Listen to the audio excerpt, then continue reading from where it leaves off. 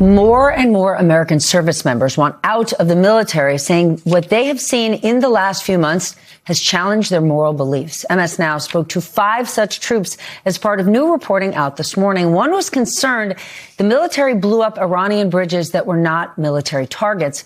Another thinks the Pentagon is not doing enough to prevent civilian deaths. A man who runs a hotline to help service members be discharged, as contentious objectors say they have seen applications increase by 6 times their normal rate.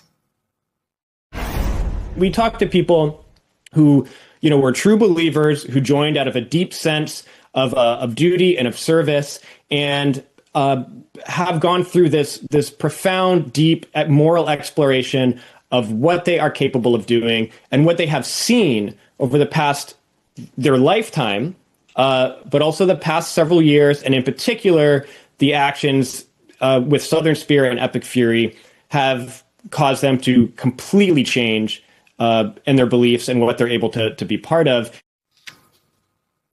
MS Now is not identifying any of the troops because they are still waiting on a final decision on their application. The Defense Department did not respond to our request for comment. Priya Sridhar, Pentagon reporter for MS Now, is one of the reporters on this very important story. She joins us now.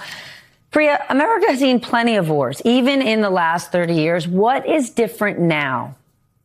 Well, Steph, I think it's the wars that the United States has decided to start over the last year, which is what makes this time period much different. I spoke to a service member who was deployed in support of Operation Epic Fury, which, of course, is the war on Iran. And this service member told me that they believe they were being ordered to target and blow up civilian infrastructure, which, of course, is a violation of international humanitarian law as defined by the Geneva Accords. And when the service member brought up those concerns several times with their chain of command, they were told that those bridges and other pieces of civilian infrastructure were dual use, which means they were being used for both civilian purposes but also military purposes, which, if true, would technically make them legal. I also spoke to 2 service members who were deployed in support of Operation Southern Spear, which, of course, is a military campaign that President Trump started last September, which led to 60 strikes on small vessels that were allegedly carrying narco-terrorists and drugs into the United States that led to the killing of 210 different people.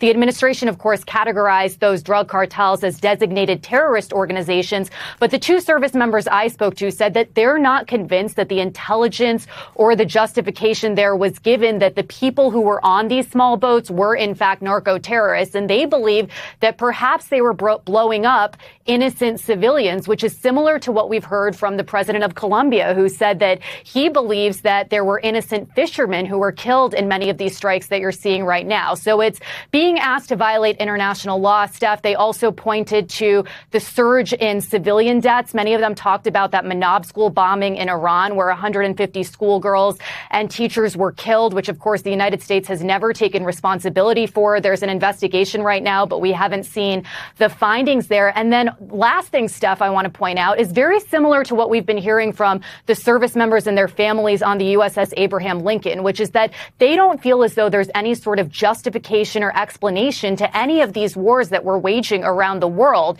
They say that they don't really feel as though there's like an existential threat to the United States of America, or that they're, participating in these wars for the purposes of national defense. And I think that that is fundamentally what's leading them to file these conscientious objector applications. Priya, this is super important reporting, and I'm so glad you're bringing it to us. Thank you so much.